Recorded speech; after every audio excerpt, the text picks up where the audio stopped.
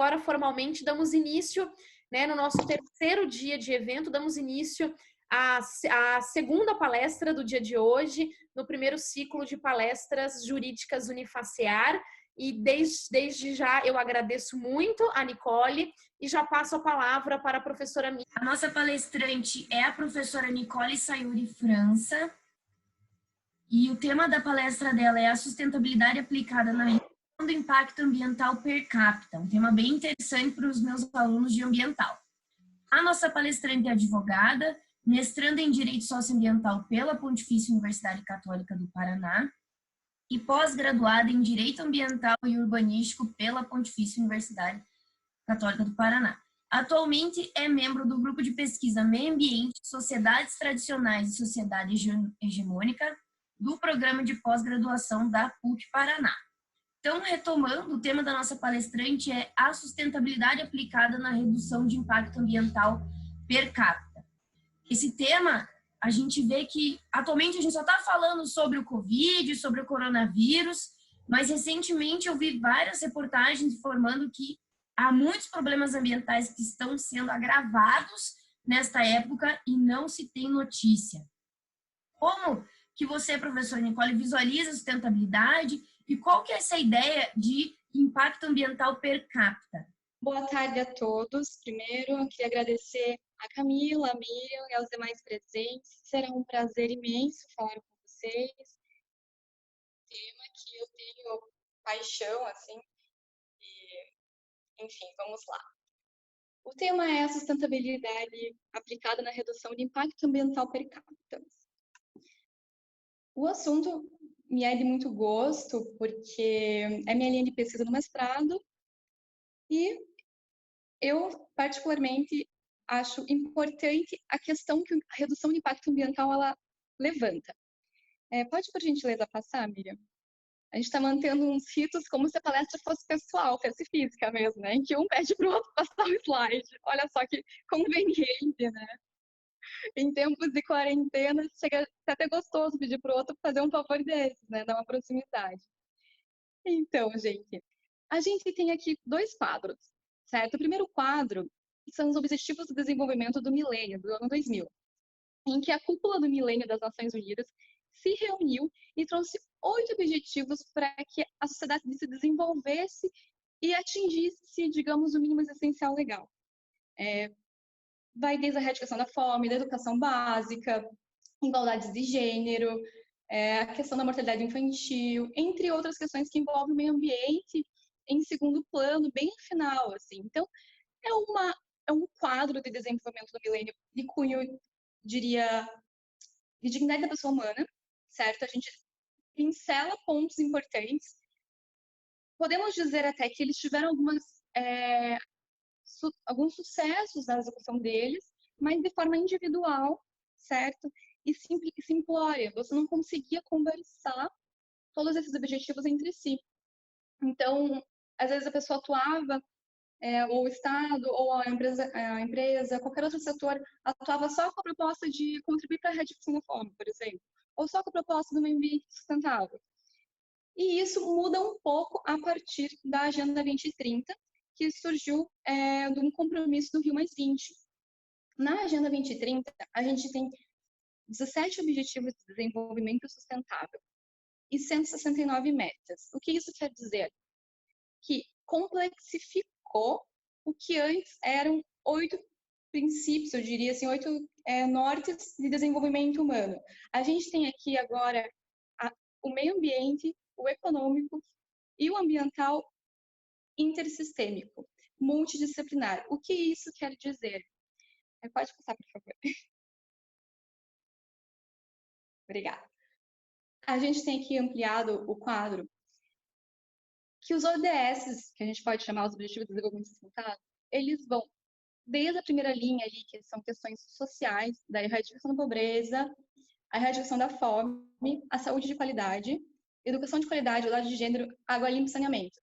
Vem para questões de cunho econômico, mas percebam que é um econômico já considerando o meio ambiente aplicado. Ele pauta a energia renovável, o consumo responsável, com a redução da desigualdade, inovações em infraestrutura, e o 11, que é cidades e construções sustentáveis. Então, você já vê uma construção vindo do setor privado, um desenvolvimento e até abertura para o Estado também atuar nisso de forma sustentável. Você já não vê uma falta de conversa que nem tinha nos Objetivos de Desenvolvimento do Milênio. Você vê eles intersistêmicos. A mesma questão também a gente vai encontrar na social com ambiental. Essas 169 metas que vêm agrupadas nesses objetivos, elas possibilitam que as engrenagens desses 3 aspectos, econômico, social e ambiental, da sustentabilidade, funcionem juntas. Então, as metas correlacionam. Atualmente, você não consegue dizer que uma empresa ou um setor, uma política, ela é totalmente sustentável se ela não considerar os 17. Eles são totalmente interrelacionados e um depende do outro. Mais para frente, a gente vai mostrar alguns casos para visualizar melhor essa indivisibilidade que eles têm. E é um ponto interessante que na própria Agenda 2030, se a gente for ler a respeito, ela traz como um dos princípios a indivisibilidade e a multidisciplinaridade dos Objetivos de Desenvolvimento Sustentável. Logo abaixo, na terceira fileira, a gente já vê aspectos de cunho bem ambiental e em nível internacional, né, que vai desde a redução da, combate à mudança climática, qualidade de vida na água, na terra, e daí a gente já caminha pela paz e justiça, que são questões que envolvem mais o internacional mesmo, ideais e metas em comum dos países envolvidos, signatários. Pode dar mais um clique, por favor? Esse é o ODS que a gente vai falar hoje, o 11. O ODS 11 de cidades e comunidades sustentáveis. E essas são as metas que tem na agenda. São metas propostas no corpo da agenda a nível internacional, que cada país se comprometeu na Rio+20 a adaptar para o seu contexto. Isso é muito interessante, porque a gente tem países signatários e ratificantes da Agenda 2030 que vão desde países desenvolvidos, países em desenvolvimento, países emergentes e países subdesenvolvidos. Então, é uma questão que você tem que considerar as particularidades de cada país, de cada sociedade, de cada cidade envolvida. Pelo menos no Brasil, a gente tem uma diversidade de fauna, flora, sociedades, culturas e povos. Então, você tem que adaptar a agenda para cada situação.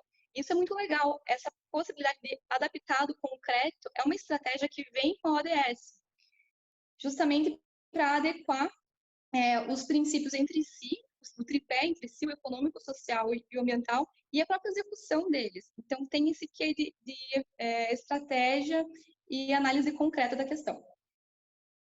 Aqui são 7 metas e a 7ª ela se repare. Então, a gente tem a primeira meta, a habitação segura, acessível a todos e urbanizada. O que isso quer dizer? A gente está trazendo aqui um aspecto muito interessante, que ela é segura, ou seja, ela está garantindo que a pessoa vai ter uma qualidade de vida do mínimo essencial necessário. Ela é acessível. O que quer dizer? É para todos. Então, eu penso assim, uma construção sustentável, uma cidade sustentável, o que vem à mente? Condomínios verdes, paredes verdes, telhado, energia solar. Interessante, pode até vir a ser, mas ela é acessível.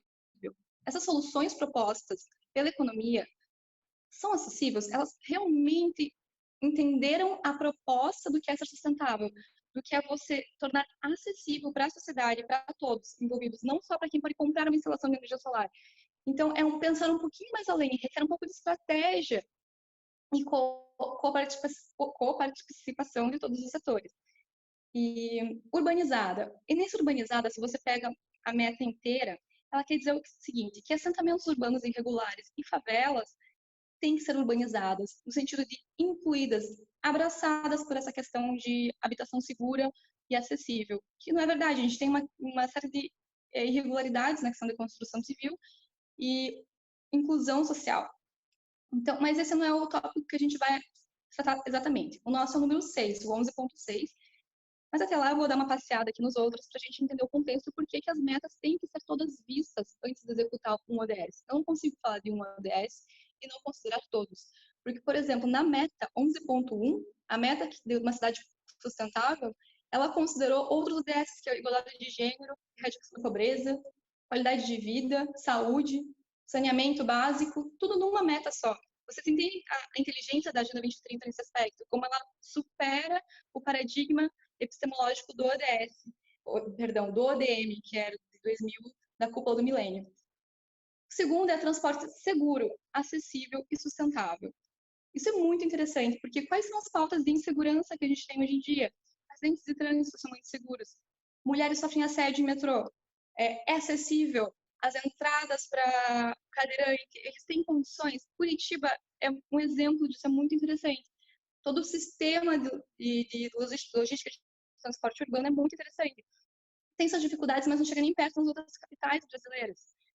Eu já tive contato com o transporte público de outras capitais e, assim, deixa a desejar. Então, Curitiba é um referencial para isso. É sustentável. Interessante, a gente tem algumas medidas de aquele bus em Curitiba, mas não é todo lugar que tem. Então, essa questão de sustentabilidade é muito bacana, porque tornar algo acessível e sustentável.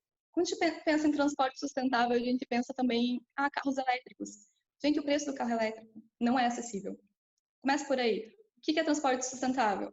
Transporte coletivo. Ponto. Ibribus, né? Ibribus já é coletivo, já está ajudando, já tem menos 40 carros na rua, pessoas que couberam no ônibus. Bicicletas, caronas coletivas, pode até ser. Então, é uma série de questões que incluam e tragam segurança. A urbanização e gestão urbana inclusiva e sustentável. Isso também entra um pouco da primeira meta, que estaria a questão da inclusão urbana, já dita, das favelas, centros urbanos, mas daí tornar um espaço urbano em si recepcionado, que as pessoas vulneráveis, as pessoas com questões de minorias, pautas de minorias, se sintam seguras. Porque é muito fácil eu querer incluir uma bicicleta como um transporte urbano, sustentável, legal, é perfeito. Mas as ruas, a gestão urbana oferece segurança para uma mulher andar à noite de bicicleta, por exemplo? Eu me sinto segura fazendo isso? Confesso que eu não uso bicicleta à noite. Não me sinto segura.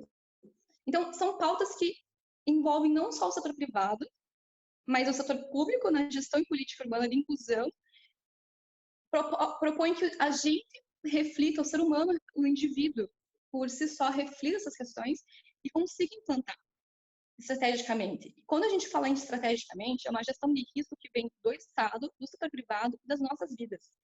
Por exemplo, a questão da pandemia, eu ia trazer isso mais para frente, para questionar e fomentar a discussão.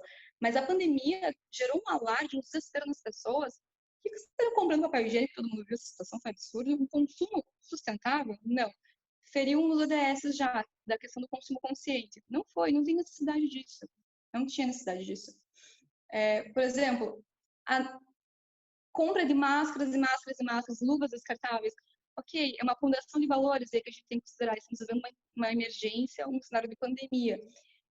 Mas tem outras alternativas que você, inclusive, consegue fomentar uma setor de comércio local que obedece uma das metas do ODS, de consumo sustentável. Isso é muito bacana. Se você consegue parar, gerir o risco e ver as coisas com calma, com cautela, com estratégia, você consegue adequar a sustentabilidade. E daí entra aquele velho ditado, quem quer, quem não quer, dá uma desculpa. Em alguns aspectos. Porque, enfim, tem casos concretos que até uma questão que vem com a ODS mesmo. Você não pode aplicar uma regra e dizer todo mundo tem que ser sustentável. Todo mundo tem que usar sabonete e sabão biodegradável. Gente, atualmente isso é muito caro. Tem alguns recursos que você tem que ter parcimônia, você tem que se flexibilizar e ver cada caso concreto. Enfim, vamos seguindo com as metas. Proteção ao patrimônio cultural e natural, isso é muito interessante. Entra aí questões de tombamento, questões históricas, questões de respeito à cultura, e daí a gente vê não só a cultura de prédios e o que já foi feito, museus, a gente vê povos, culturas tradicionais, patrimônio cultural imaterial, que são as tradições, os ritos, isso estão muitas vezes conectados ao meio ambiente, na maioria delas, eu diria. Por exemplo, tem um caso a nível global dos Inuits, que são chamados esquimós do Alasca.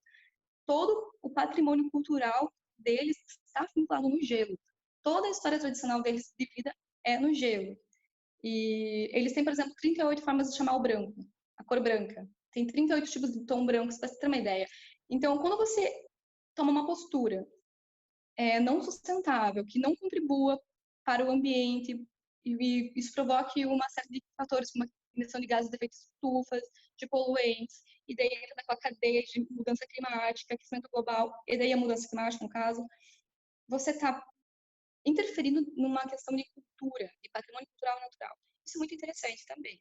E é um ponto que a gente tem que levar muito em consideração pelo retrato brasileiro das tribos indígenas, dos interesses nas terras indígenas, da grilagem que acontece, enfim, na Mata Atlântica. São várias questões que a gente leva em pauta nesse tópico 11. Então, a princípio, você olha um ODS 11, cidades e comunidades sustentáveis. Você pensa, construir uma cidade sustentável. Tornar ela, sei lá, smart city, iCity, e tornar ela toda funcional, com muita tecnologia e tal, toda disruptiva. Às vezes não. Às vezes é você investir nisso também, isso aqui é uma meta que passa despercebida. E o ODS acaba sendo banalizado sem ser visto no seu contexto.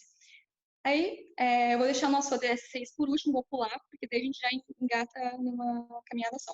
O ODS 7, a meta 11.7, perdão, ela traz os espaços verdes seguros, acessíveis e inclusíveis. O que isso quer dizer? Que preservarei o espaço verde, tá? Eu, o Estado, o setor VIP, todos os stakeholders envolvidos, eles preservam o espaço verde, tornam eles seguros, acessíveis e inclusivos.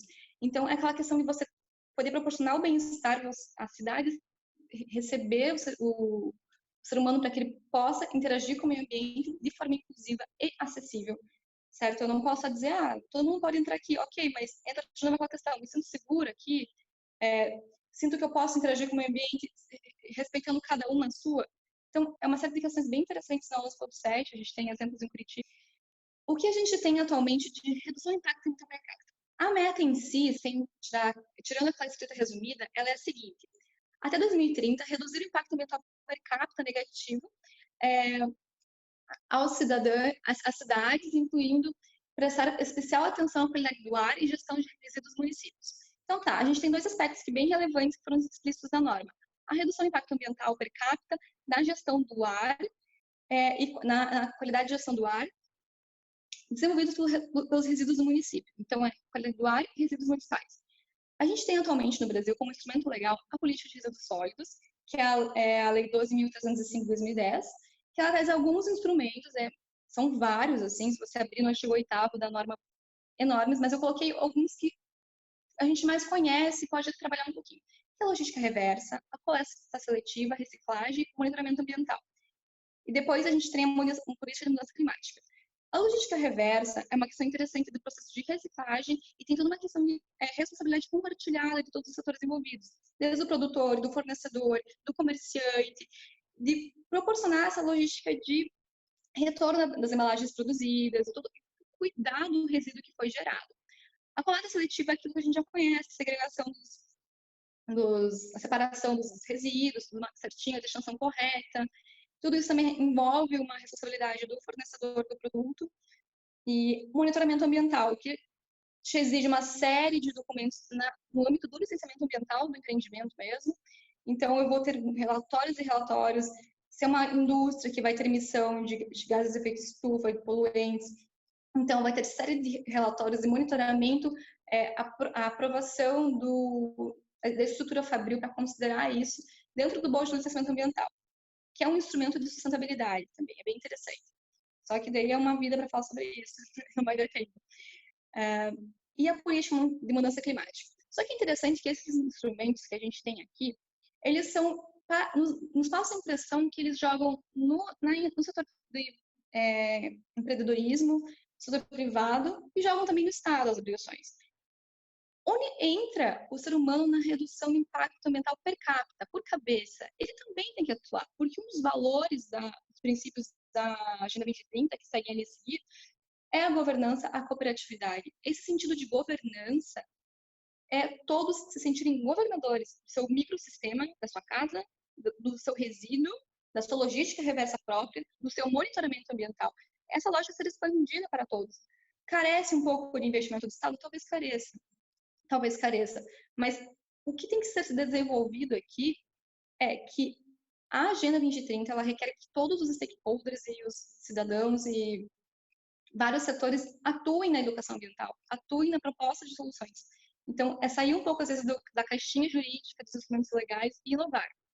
Então, por exemplo, qualquer pessoa consegue ter um processo de biocompostagem em casa. É bem simples, tem tutorial no YouTube de fazer. Dá para fazer. Então, você já tem uma destinação correta dos seus resíduos. Você pode adotar uma forma de se alimentar de forma sustentável. Tipo, tá, mas é caro comer orgânico. Tem muitos produtores locais que fazem sistemas bem bacanas e você pode plantar com o próprio biocompostagem que você gera, o adubo, você pode fazer um esquema. É uma questão de se ajeitar na situação. Faz o que pode, faz o tanto ao alcance. É você ter um mindset sistêmico. Isso é muito legal, porque a gente não consegue combater situações de risco. E quando eu digo de risco, que a gente não tem noção do tamanho, da dimensão, da proporção. Por exemplo, os efeitos de mudança climática que a gente sente hoje são de emissões de gases de efeito estufa e poluentes há décadas atrás, há 20, 30 anos. Não é porque hoje eu abri, liguei o carro e emitiu. Não, a situação que a gente está vendo é de acúmulo de anos, o aquecimento global é de anos. Então, é uma questão que a gente tem que parar e realmente refletir nesse aspecto de sociedade de risco, que é trabalhada, tem inclusive pelo URIBEC, e é trazida aqui para uma questão de gestão de risco. A gente tem que trabalhar pensando no que é imprevisto. A pandemia foi algo imprevisto. Ninguém nunca imaginou. E eu até comentei isso na aula, assim, que a gente teve hoje cedo, que o coronavírus é um vírus cria nossa, né? Ele é da nossa época, geração Z, porque ele vem totalmente disruptivo, ele é fácil de matar o organismo dele, é com água e sabão que você mata, mas os efeitos que ele tem em cadeia é tão disruptivo, é tão doloso quanto, por exemplo, você mandar uma nude de alguém, uma exposição desnecessária, uma difamação na internet de alguém que você nunca mais apaga aquilo. Os efeitos em cadeia daquilo é enorme. Então, a pandemia do coronavírus tem essa característica e precisa de princípios e valores de cooperação internacional. Até porque uma das metas no ODS da saúde é ter controle de pandemias e doenças como essa. Então, a gente está numa situação de falta de gestão de risco, aí eu digo de cunho nacional mesmo, de cunho de gestão pública nossa. E é uma noção de responsabilidade que a gente tem que ter. Saber que tipo de matéria a gente vai compartilhar, saber se é hora de a gente sair nas ruas sem máscara, saber se é hora da gente, de fato, usar desenfreadamente um monte de resíduo. Talvez, sabe, é uma questão de você parar e ter um pouco de estratégia. Todos esses são princípios dentro da sustentabilidade da Agenda 2030, que é a precaução, porque a gente não sabe com o risco que está lidando, a solidariedade, que é você pensar no seu próximo, que o que você faz aqui impacta o próximo, impacta você. Isso é uma lição que o coronavírus está trazendo. A governança, que seriam todos nós, senhores de si, governadores do seu micro macrosistema, e a cooperação internacional. Então, assim, supondo que um presidente fale que não queira que as máscaras sejam vendidas para outros países, porque tem que ser do país dele. Cadê a cooperação internacional? O que você fez com a Agenda 2030? Ok? Sabe? É uma cooperação que você tem que contar com os outros países. Uma das outras metas do 11.7, ali, a A, B ou C, eu não lembro qual das três agora, na obrigação da pauta, os países desenvolvidos ajudarem os países em emergência e em subdesenvolvimento. Porque precisa-se um do outro, a gente não está mais falando de, tipo, a minha nação não se comunica com a tua. É impossível, é impossível. Todos estamos conectados, todos somos unos, né? Uma unidade muito grande humana, com suas particularidades, com suas culturas, que têm que ser consideradas para que tenha um trato eficiente. Os desafios, já foram meio que introduzidos na fala, seria o mínimo essencial. É difícil uma pessoa parar para pensar, o impacto ambiental que eu vou produzir, quando ela tem que se alimentar, ela tem que ganhar o pão dela, não vira prioridade na vida dela. Não vira prioridade. Aí tem que ter uma interferência da gestão pública, assim. Quando ela tem que pensar se amanhã ela vai ter teto, se amanhã ela vai ter fome, a prioridade dela não vai ser quantos gases de efeito estufa ela está emitindo na conduta dela. A prioridade dela não vai ser, vou ter qualidade de vida, vou pegar meu carro, vou pegar meu ônibus. Não. Ela sempre vai pensar no mínimo essencial dela. Né? E isso o Estado tem que, de certa forma, intervir, o setor privado tem que intervir, e ela no que puder fazer também para se proteger. Então, as prioridades básicas entram nisso também. Quando isso é carente, até cito a Amartya Sen nessas horas, porque ele fala que quando o ser humano tem que se preocupar em garantir o seu mínimo essencial, é uma forma de cerceação de liberdade, de eu poder escolher ser alguém sustentável, eu poder contribuir para a sustentabilidade. Então, eu tenho também a gestão política pública. Quando a gente tem governantes que não passam confiança, que não conseguem implantar uma pauta política pública que seja sustentável, que comunique.